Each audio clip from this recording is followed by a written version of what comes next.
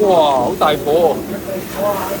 哇！今天来试一下20年历史的海鲜饭店，就是Jalan Luk Yu附近這家新經濟海鮮飯店。李老細，呢度有咩招牌菜介紹？我哋嘅主打嘅係蝦醬雞翼啦，哦，OK，油煲啦，OK，呢個蝦米生咗同埋水蛋啦。呢啲都係最多人叫嘅。係啱。紅彤彤的豬腳，熱滾滾到入瓦包，3星管理辣。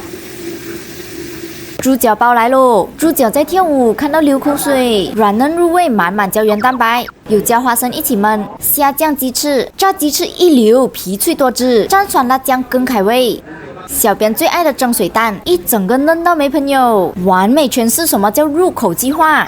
蝦米生腸，這個有點清淡，如果更重口味更好吃。有大大粒豬油炸，自己消費不是業配哦。呢度淨係開夜市啫個。係啱。哦，幾點到幾點啊3點到10點半。咁呢度開咗幾多年咗啊？呢度開6年啦，前後咧加上嚟一共開咗幾多年咗？差唔多20年咯。哦。